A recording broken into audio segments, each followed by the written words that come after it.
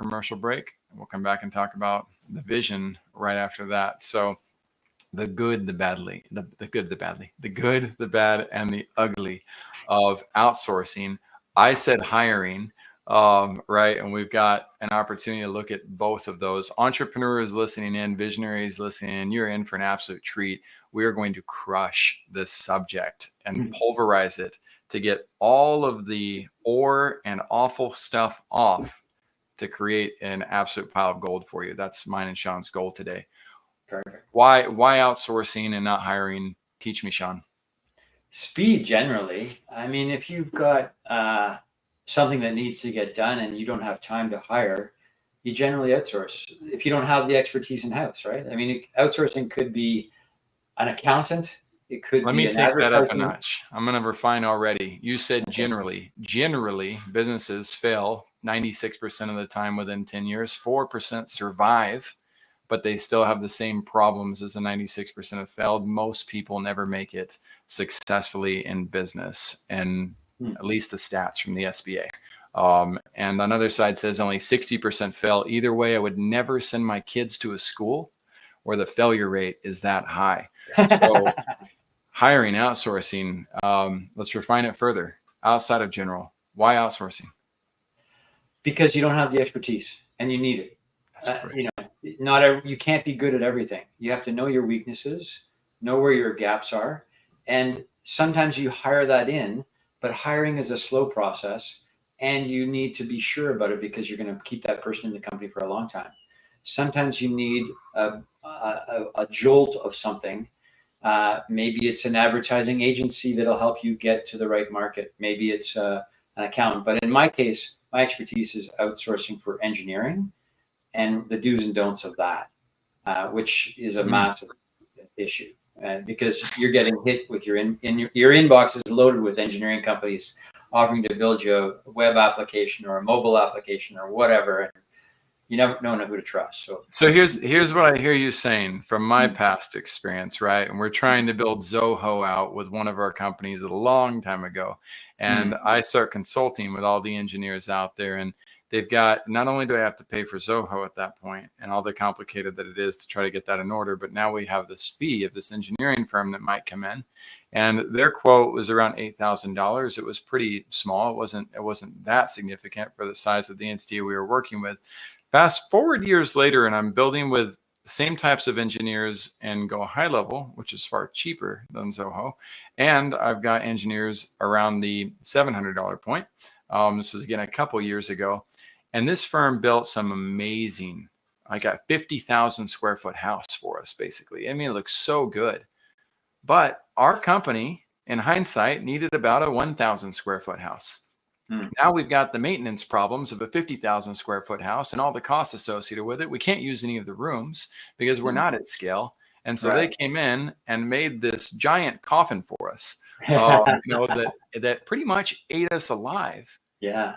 That challenge of engineering, that's kind of one of the angles you're talking about. Am I correct? Yeah, you're absolutely right. So you have to be set up for outsourcing before you do it. And either through great advice from a constituent of mentoring friends who know technology well, that can filter things for you if you're not an engineering founder, or having an in-house, lead engineer at the very least. What I'm talking about outsourcing, I'm talking about really scale up and boot up as opposed to build out. If you're building a proof of concept, you've got an idea and you want to get a company started, the traditional way of doing it has been to go and get a co-founder engineering partner. And that works some of the time, but a lot of the time it will work to Let's look at the stats. I'm with you. Yeah. It is not working. It is not the way that, again, I don't want to bet my life and my legacy on a process with odds that say 96% chance of failure. I'm not going to follow the way that people do this. I love that you talk about lead engineer. Those of you who are like, I don't need a lead engineer. I understand. Like, breathe. You may have a pool company, and we're talking about a right-hand man who who understands the areas of business that you don't. So this still is applicable, these principles. I'm going to pull the principles out, but we are going to dive deep on the engineering side. And whatever needs to happen on the back end, my friends, I'm going to pull other resources in to translate this into universal language, because Sean is right. And this is not an engineering problem.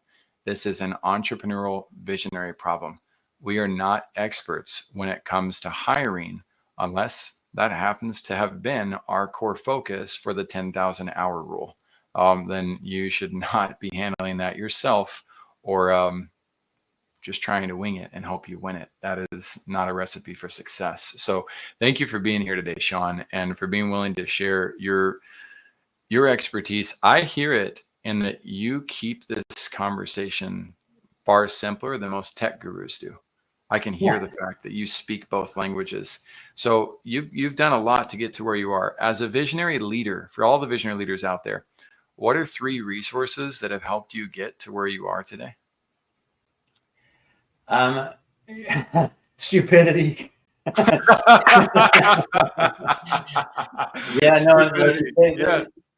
No entrepreneur would do it if they knew what they were getting into. And I keep seeing business problems that I think I can solve. That I'm curious, and I like to solve problems. Yeah. Power of starting something stupid. And so you get into these things, and then you realize, well, it's not the problem you thought it was is not the same problem that the market really needs. So you gain intelligence through experience if you listen. So I would say the highest value you could get out of it is being a good listener, and not taking your ideas, having strong ideas loosely held is a really good expression.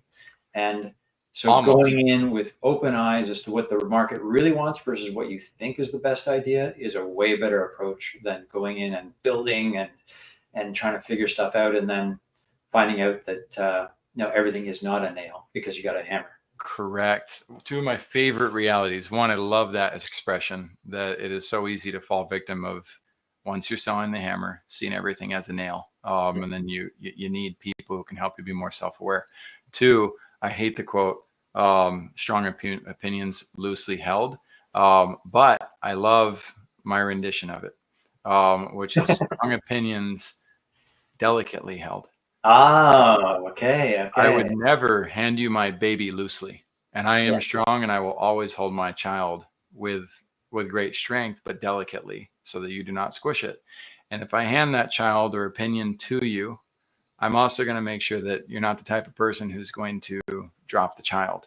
And that is the strong opinions delicately held concept, that, again, I hope all of you out there listening, if you have opinions, don't give them to people who are going to tarnish them or throw them to the ground. Make sure that you are sharing those with people who are going to honor your opinions, and don't strangle your opinion to death, because that's also, it's just not good to be that arrogant in life. What's number 2? Well, actually, I'm going to challenge you a bit on that. Challenge me on it. Let's do it. Yeah.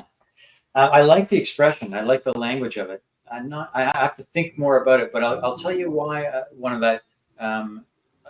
that holds true for me, at least. Yeah. So my first company, I'd been in the sponsorship business. I raised the money for Vancouver's Olympic bid. So I knew a lot of people who were chief marketing officers of pretty big brands.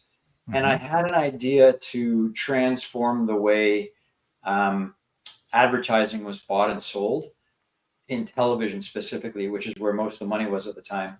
And the idea was pretty disruptive. It was really to become, the Expedia of that business, or to the E-Trade, right?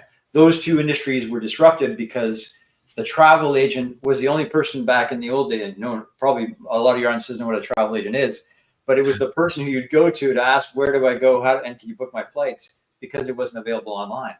And all of a sudden it became available to the end user. Same thing with stock trading. You used to pay a broker 15% for every trade, because they were the only ones who knew the live trade data, and they could execute for you. So those 2 industries, big. Same thing with the advertising industry. And my idea was to give that data to the end user, the brands, so that they knew what to buy and when, instead of paying their agency 15% for all the media buys. And we're talking, $250 billion industry, so it's a lot of money. And everyone said, "Great idea, Sean! Great idea, great idea." And one person said, "That is the stupidest idea I've ever heard." I'm like, "What are you talking about?" Because 9 out of 10 had said yes. I could have said this person's an idiot, but that person was telling me the real truth, which I really liked. And his response was, "Look, hey, I'm the chief marketing officer of a multi-billion-dollar brand. How do you think I got here?" So, "You're good at it." He says, "Yeah, I'm pretty good, but I don't make a lot of mistakes. I don't take a lot of risks." Okay. And so when I'm doing a campaign, I've got my creative agencies, and then all that creative content is sold through or bought through or distributed through one media buying agency, and they do the campaign. So what happens when the campaign fails? I guess you tell them they failed. No, I fire the agency. In your scenario, where I have all the people buying the media for me, if the campaign fails, guess who gets fired? They do? No, I do. So I'm not going to do that. It's not going to work. Right. And it was true. And so really it's, great ideas, technology engineers, people in the tech sector tend to design and build stuff and hope that it sells. Yeah. And they don't think that the truth is the friction is always people. Yep. And the friction in introducing a product is going to be the behavior of people as opposed to the new technology, right? So you really have to look at that. And the line, so the other lesson is follow the path of least resistance. And that is different from the straightest path. So you think about, right, mathematics and logic, the straightest path is the best way to go. No. Then you have to get to Starbucks and you realize there's U-turns that you have to take and there's walls that you run into if you don't go the right way. So 100%. The analogy is nature, right? You look at a river. A river doesn't. Where was the juxtaposition though? Because I heard alignment, but where was the juxtaposition? Where was the conflict? The conflict of the strong opinions delicately held. Oh, because I had a strong opinion and it had been reinforced by all these people. And I had to loosen the hold on that because somebody had come up with a better idea. And it actually transformed the business I went into, which was... I still see that as delicately held. Okay. So I like it though. And I like the example and the reality. I'm hoping too that all you visionaries listening in, the idea behind this for both of us is make sure that you're not suffocating your opinions. That you are able to hear and receive the opinions of others. My other end of that was more of a Dan Martell or Gary Vaynerchuk inspired reality that if you're in an environment, and actually Taylor Welch here, to give him credit, if you're in an environment where it is a weak environment, people are going to tear you apart or they're going to hate your opinions and persecute you or kill you for it, then again, that's not necessarily the environment where you want to share your opinions. Right. You might want to find yourself surrounded by people who are going to support you, challenge you, to help you see things differently, but they're not out to get you or hurt or harm.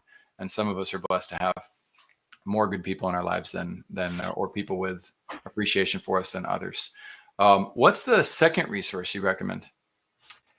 So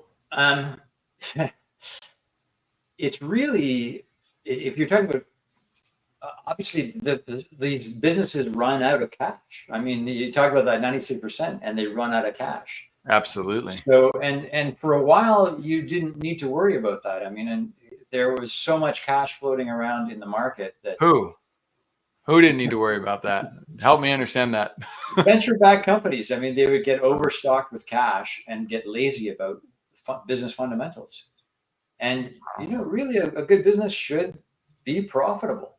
There may be an investment period where you need to raise cash, but you should be targeting some activity, the activity that will actually deliver some profit that you can reinvest in the business and therefore not necessarily have to get it out. But eventually you'll get to a point of where you've got a fantastic formula that can scale. In other words, for every $1 you're going to get in, you get $10 out. So let's get $10 now. If you don't have $10, that's a good time to go. But if you don't have that formula and there's no path to profitability, maybe not such a good business to be in, especially now where money's a lot tighter.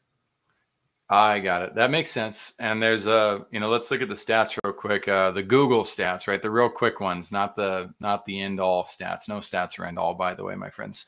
Approximately 30% of startups with venture backing end up failing, right? Well, you got to think about timelines on that. Around 75% of all fintech startups crash within 2 decades. So they have a much stronger chance of survival than other companies that are not venture backed, right? There's important variables to look at that. And one of those big variables is exactly what Sean said, cash. I'm a huge believer in you've got to have a treasury in order to win the battle and in order to witness the effect of like the benefits of the compound effect. If you have $100 in a savings account and you're in 3% in a year, you made $3 and it doesn't feel like a victory. You have $100 million in a savings account, you make $3 million in that savings account. And if your expenses are lower than that, then you'll never run out of capital. So cash is a very, very important aspect of growth. And I'm grateful that you brought it up. Any other thoughts on cash before we move to resource 3? Yeah, even though you can get lots, windfall from you'll get money from venture if you've got a good idea and you've got a good market to get into, and you've got the right team to execute on it. Just be careful about overburn. Like, still think like a bootstrapper if you're experimenting beyond what you've experimented to get to the cash. If you're executing on a scale up on what you've got to get to the cash, then do that, right? $1 in, $10 out, that's awesome. But if it's to go and get distracted and other new initiatives and shiny objects, that's where cash starts to burn up. But it's still important to be curious about other adjacencies. But it's a vehicle, and the vehicles, just like if I get in a Lamborghini drunk, and also put beer goggles on or something too, it's like I'm going to crash into a wall and probably die. Right. You can use your vehicle for a lot of different realities. We teach our entrepreneurs that they should forecast too where they're going. So if you're playing Monopoly before you actually spend the money and you're actually like looking at where you might be going, you can put yourself in a great position to use it.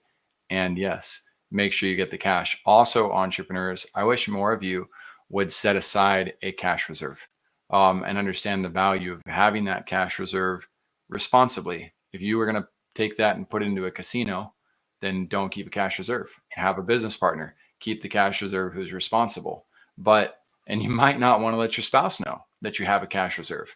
But when spouse is pissed off at you for never being there and she's tired of making dinner or he's tired of doing that, do a staycation.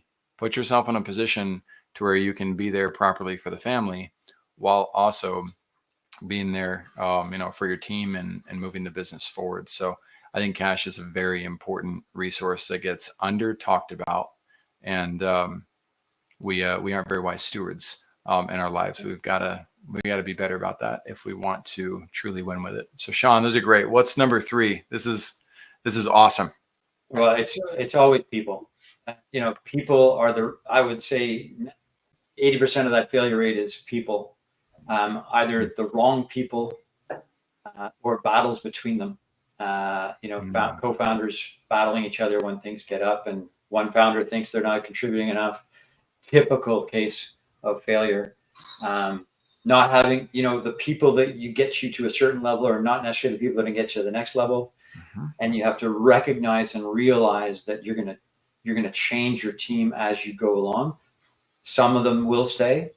I'm not saying that's universally true, but a lot of like I just said, a co-founder who's a technical expert, if you give that person 30% of the equity instead of spending a little bit of money to pay them, you might find that person who bootstrapped your product to get it to product market fit was great till there, but they're not the person who can organize an engineering team, and they're not the person who can hire and scale the product, and the product needs to be scaled.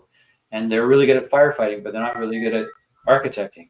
Correct. So those kinds of changes as the company evolves. You want people who are generalists at the beginning, because you're going to have to be pretty agile and move around with what you're building. And then as you get to a scale up, you need to have people who really know what they're doing and specialize in certain categories of business. I do love how softly you talk about the dog eat dog world, of business, and it is not personal. It is business, and I think it's shit for leadership if we don't understand that it's one thing to point our fingers at one person in an equation that might not be a fit long term. It's another if we're doing that over and over and over, and we might be in a better position to look at the three fingers pointing back at us as a leader. And I see, Sean, how you got the emotional intelligence to care about people, and the demeanor to say that you really do appreciate and respect people. I speak more concerned for the bro marketers and the people out there, the boss babes that love to kind of like control environments and lead with this top down mentality of, well, they're just not a great fit. Let's cut it and go. And it's going to lead to a very nasty feeling someday, where, you know what, maybe we could have figured out a different type of transition, rather than just being pragmatic, logical, AI driven robots about it. One of the great leaders who does this well, in my opinion, is Craig Hanley of Listen Trust. He wrote a book called Hired to Quit, Inspired to Stay.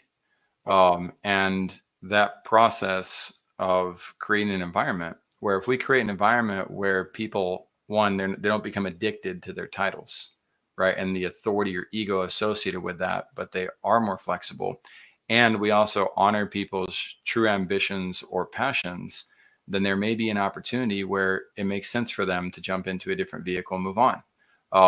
And now they move on with our blessing, while continuing to love and be happy for the time they spent in our vehicle. Or maybe there's an opportunity for them to come back too. So I think a lot of the challenges that exist in the business world is we're so fast to stick to the vice of expectations and set, do things harsh and quick, versus realize that, maybe we can be a little bit more like Greg Popovich, a true champion, right? Multiple time champion who, Jay Crowder didn't fit. Three months in, gone. I think 3 weeks in and gone. I can't remember, but there's other circumstances, like when he traded George Hill, who was one of his best friends, even though he's much younger, on the team, got Kawhi Leonard. Kawhi Leonard was the key to San Antonio's next championship. That probably hurt the relationship a little bit of George Hill and Greg Popovich, but from what I know about their relationship, he didn't sacrifice the relationship in the process of making those moves. We as leaders, if we dedicate ourselves to doing more to honor our relationships and those people, we stand a much greater chance to win much more abundantly. Sean, feel free to challenge that, or feel free to double down. You've got a lot of experience in this space. Yeah, I think I'll double down on it. It's really important to acknowledge communication skills. Is really important to be trained on. If you're not, nonviolent communications, getting ego out of ideas, and letting best ideas win. But you're also right about expectations. We have, when we build a company, we put a lot of pressure on ourselves to execute on that, and investors expect us to execute on it as well. And that can be scary. And so that fear of failure is augmented, which can create a violent environment where, if people don't reach your expectations, you just get angry at them. Guilty. Yeah. Everybody's guilty. Yeah. I was really, really guilty though for a long time. I led that way for years, and it cost me some seriously great relationships. So I get it. Like, nobody's perfect in this process, right? But I love what keep going, man. I didn't mean to interrupt. Yeah. So when you're like, and people see me when I'm on my team, they can tell when I'm frustrated. But what I'm careful to do is not get mad at them. I say, look, I'm angry right now. I'm mad at the situation. I'm not mad at you. Right.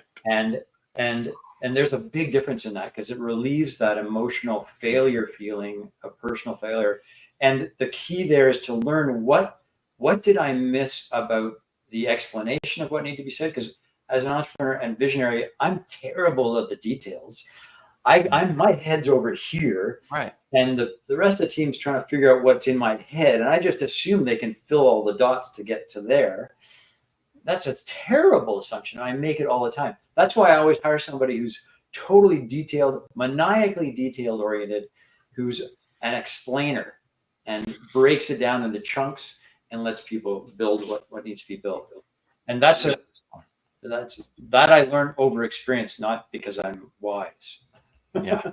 Well, wisdom comes from, right, everything. All of our experiences are goods or bads or uglies or failures or successes. There's a lot to that. And you have that experience that goes along with the expertise. Visionaries, this episode is not about giving you the miracle cure or the magic bullet. It's about telling you, throw the magic bullet away, throw the miracle elixir out of your mind, because this is going to take working with an expert. Sean represents that type of expertise to me. You guys know I don't say that as boldly very often about the experts that we do have on this program. But if you're not going to work with us, then I hope you're working with Sean or somebody very similar to that vibes with your values and your core, that understands the value of your culture, that understands the dynamics of leadership that you want to have. Don't approach this path alone. I see too many solopreneurs and entrepreneurs and people who think they're going to move a vision forward that are scared to talk to amazing leaders out there and include them in the process of creating a win-win. So we'll come back. We're going to dive in and talk more, not just about the good, the bad, and the ugly of outsourcing, but hopefully we'll dive into enough tips of how to do this right to where, once again, consider this a fast forward interview of both of our entities on this and saying, you know what, maybe these are people we should reach out to, or maybe you can use this checklist as you evaluate whoever else is coming across your path and learn some secrets about how to recognize who is going to help you win and who is going to be dead weight on your ship. We'll see you on the other side. All right. Welcome in to Vision Pros Live with Jackson Calame. I'm your show host. We will be doing interviews for visionary entrepreneurs and guest leaders who are building fantastic visions out there.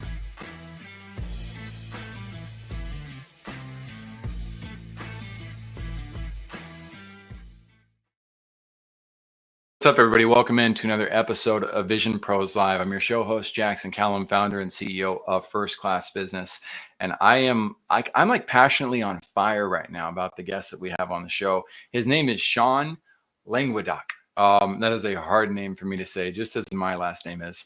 But Sean brings an expertise, a tenure, and energy related to outsourcing and hiring. And what we're talking about is expansion. Those of you who've listened for a long time know that vision is where I start my focus point with the companies who work with culture.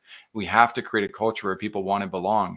And then that attracts leaders to come look and see what we're doing. Well, we all need leaders by our side if we're going to scale what it is we are up to.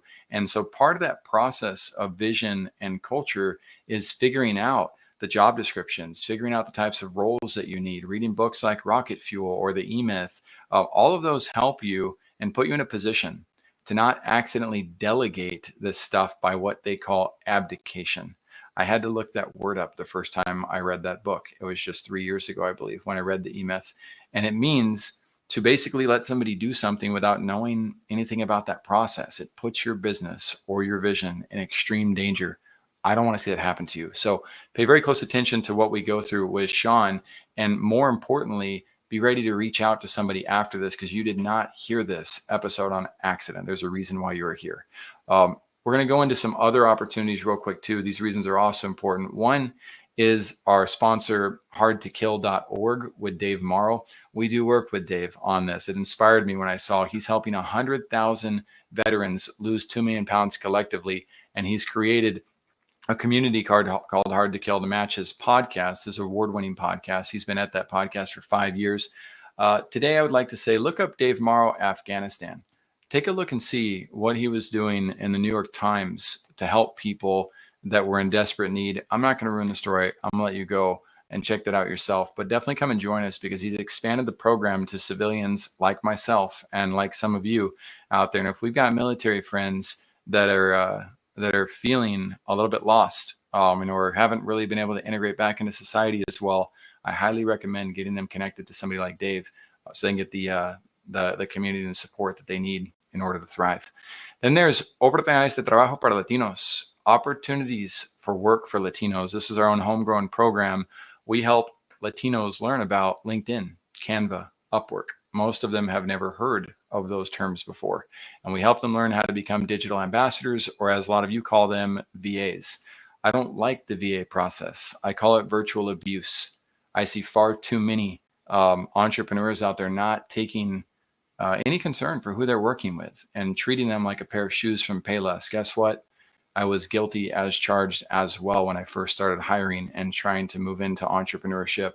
My hope is that I can save some of you from that reality and build amazing relationships. They have their own podcast associated with this. If you know a Latino leader, please definitely send them our way so we can get them interviewed and inspire the world of people out there who, we'd love to see them change their lives. And we're striving to bridge the economic gap between North America, South America, and the rest of the world. Opportunities for Filipinos just launched, and opportunities for Indians just launched as well, with respectively Ange Castro from the Philippines and Harry Vashist from India. We're super happy to see that happen. So let's change the world. Then there's the water project. We have no affiliation with it. I just know that I just, for whatever reason, I couldn't let it go when I found out about this project. I've never been thirsty in my life. And so when I saw it, I had to really focus in on what are they doing and how are they doing this and why. And I loved that they set this program up to where you can actually contribute to a specific project, and you can see they send you the social media updates. They send you pictures and photos of evidence that they actually brought this project to fruition, whether it's a borehole well or a sand dam. And I just love everything that the water project stands for. And when I see these kids celebrating water the way that my kids celebrate Christmas Day, it reminds me that I cannot forget about the reality that we have this opportunity to help. So if you're not in a financial position to give back to the project right now, my hope is that you talk about this over dinner with somebody, or my hope is that you tag somebody that you feel inspired to tag, because you never know if the person you tagged is going to be the person who ends up donating $50,000 to this and funding thousands of people's livelihoods with water. This is a generational impact that will allow these nations to move forward in ways that perhaps some of us take for granted. I know with the microphone opportunity that I have, I get to do that, so I try not to. Without further ado, Sean, thank you for joining me on Vision Pros Live. It is absolutely an honor to have you here. Those are great sponsors, by the way. I'm also a contributor to a water project called One Drop, and what's amazing is not just the access to the water, but the distance and time it takes to go get water when it's not localized, and the risks to life, to rape, to all those things that happen. Because in one country, it's mostly the woman who would go to the water, and they would get raped on their way to these wells. I mean, it's just what we take for granted is so. Thank you for mentioning the One Drop too. It's one of the shout outs I usually do on the show. If you guys are thinking, man, that reminds me of this or that, share it in the comments. Let us know what projects you want to see supported and the causes, because we're happy to talk about those causes on the show. We got 8 billion people out there to help. And so how do we do that? By joining forces. A bundle of sticks is stronger than one. So One Drop, I'm going to take a look at that afterwards as well. Sean, will you do me a favor and send me a link of a link from their site that inspires you? That would be absolutely. Okay. So, well, awesome. Go ahead, Jackson. Sorry. What is your vision for those that you serve, Sean? Well, in the case of the business, it is to make sure that nobody wastes time talking to an agency that is a waste of time. And that is easy to do.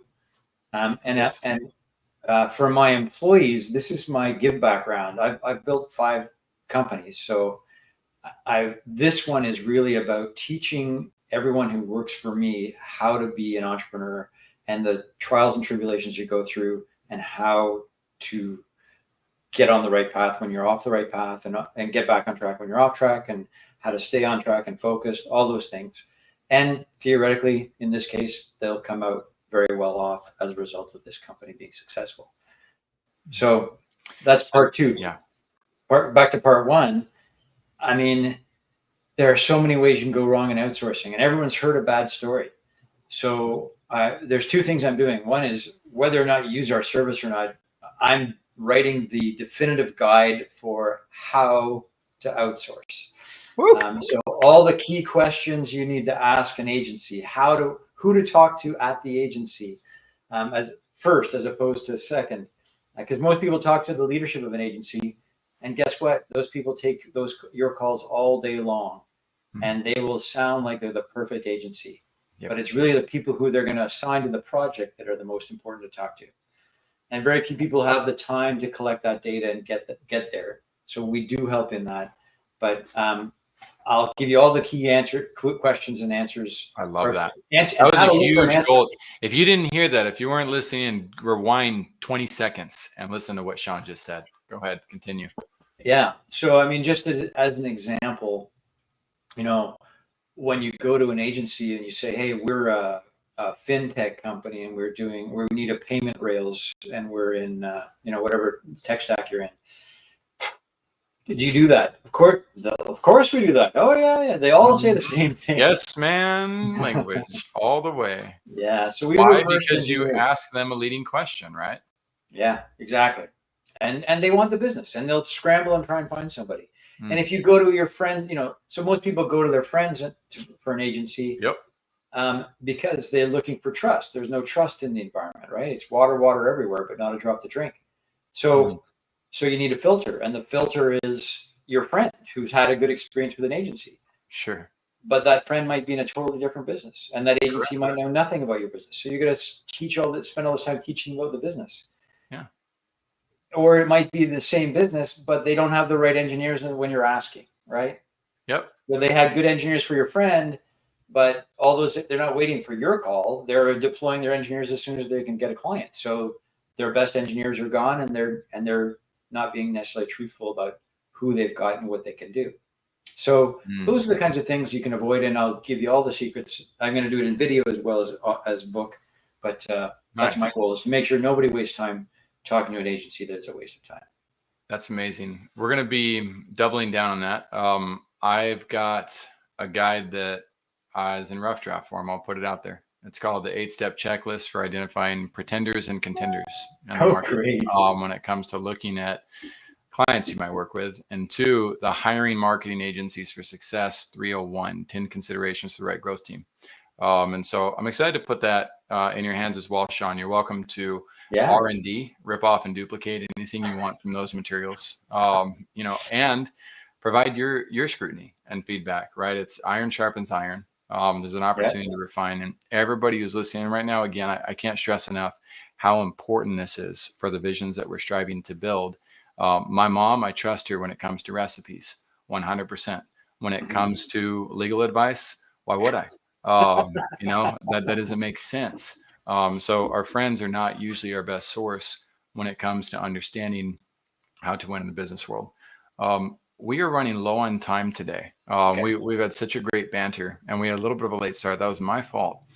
And I'm going to skip a couple of questions that I'd love to potentially bring you back for, Sean, if you do want to come back in the future. I'd love to come back, Jackson. There's so much to explore. And then we can look at the guide, as well. Once that comes out, that'll be a lot of fun. I'm going to skip to our most powerful question. If this was your last chance to speak today for the rest of your life, what powerful lesson can other visionaries learn from your experience? Be vulnerable. Because when you're vulnerable, you're authentic. And it creates disconnection. Whereas as a leader, you think you need to be the leader and be the strong person all the time. And if that is not authentic strength, it comes off. It's the barrier. It's the barrier that goes through you that creates a disconnection to anyone else you're dealing with. So vulnerability is actually much more of an attractant and much more of a connection to a device than false pretense.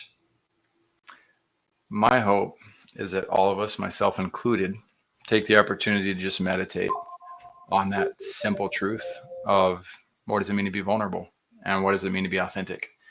Because we could use elegance and words and try to pull it together, but at the end of the day, you finding out what that means for you is going to be very different than what that means for me. And I do think that's one of the greatest strengths that we can rely on. Is how do we do that in a way that's safe with the relationships that we have in life, and into that strength of power. So that was awesome. Thanks. We got a little bit of time left. I mean, we got to make the time, but I do want to be respectful of the hour that we have booked. Outsourcing. What do you want to talk about, Sean? What are the questions that I haven't asked, or the things that you don't get asked in these interviews that people ideally would be considering that you're often not prompted to dive into? Let's hit that. Yeah. So where things go wrong tends to be similar to what we talked about earlier, is communications of people. And some people, when they think of outsourcing, they think India, right? Outsourcing could be an agency next door.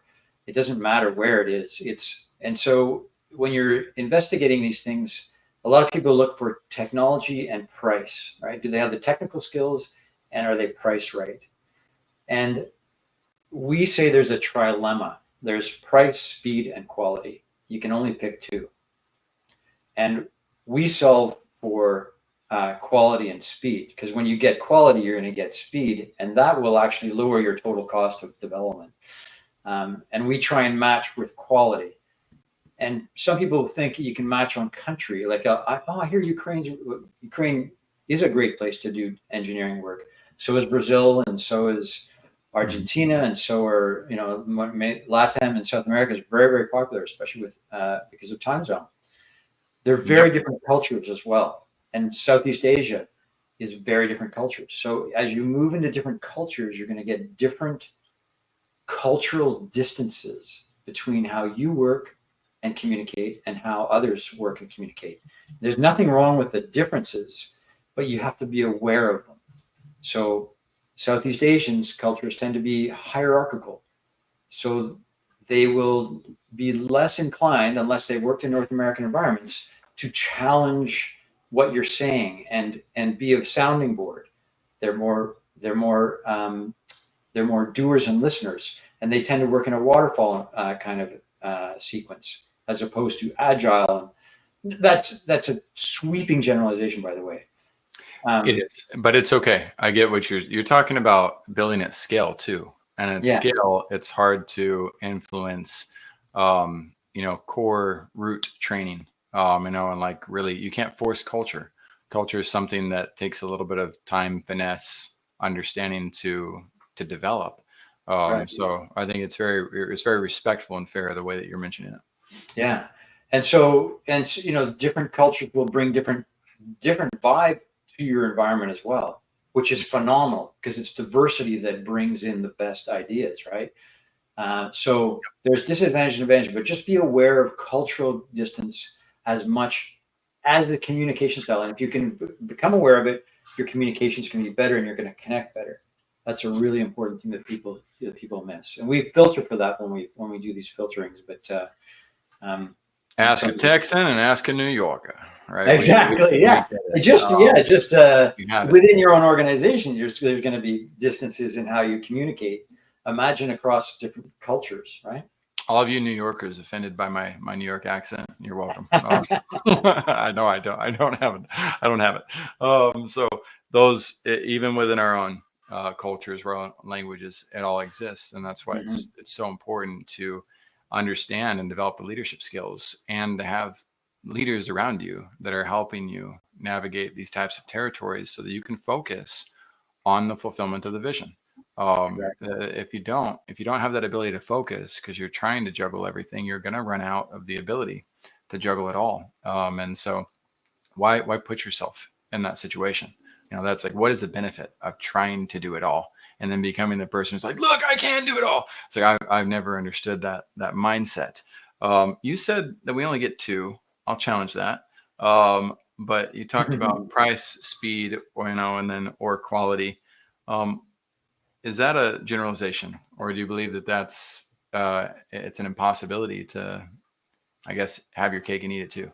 It's rarely not true, actually. So if you're focused on price, you're going to get subpar engineering generally. I mean, our strategy is find the best engineering team, and then let geography sometimes determine, because of foreign exchange, a better, or cost of living in certain countries, a better value. But don't start with the price. Start with the engineering team with the best quality, and figure out. And then we'll present like 20 options, so you can decide which price and quality match. Yep. But if you're going for price only, you wouldn't want. And you talked about your baby and holding things delicately. This is your baby. You don't want to just give this to any old daycare, right? You want to know if you're having brain surgery, you don't want to go for price, right? No.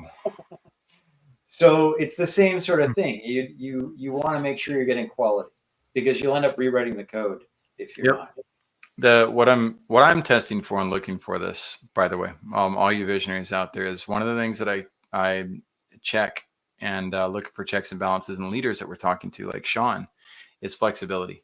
Right? Are they addicted or stuck on what they just said, or are they willing to look at alternative paradigms that may exist? And Sean has done that all throughout our time today.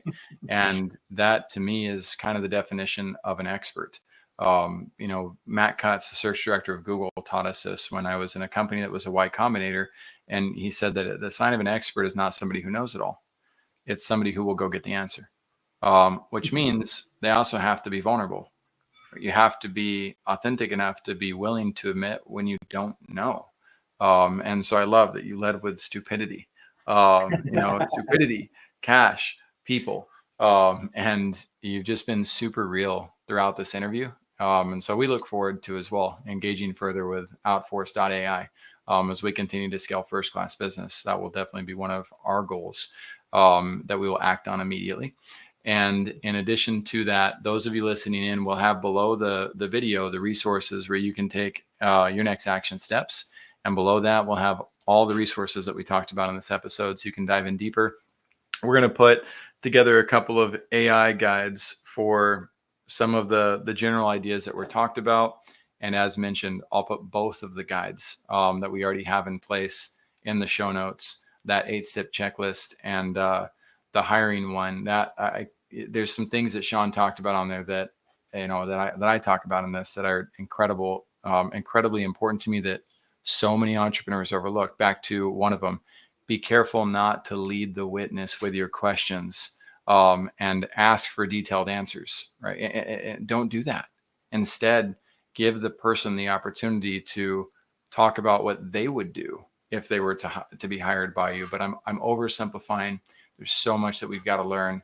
And before you hire somebody on this, consider, who do you know around you that you can trust that doesn't have a bias, that can also protect you from making sure you don't hire and work with the wrong people. It's very important that you get those answers correct. And I'll let you close out today, Sean. Final thoughts. Well, I just want to thank you, Jackson, for the way you do this podcast. You leave a lot of space for vulnerability, and it's a safe place, and it's an exploratory place, and I like where you go with it. So I want to thank you. That's what I want to do with my last moment. Thanks, man. I appreciate that. Vision Pros, we'll see you in the next episode. Thank you for being here today. I'm really happy that you tuned in to Vision Pros Live. I'm looking forward to seeing your reactions as these episodes continue to move forward. This is going to get more and more fun. We'll have more and more engagement as well. We'll invite people to participate in the show. And thank you for giving us your time and attention. Have an excellent time building out your vision.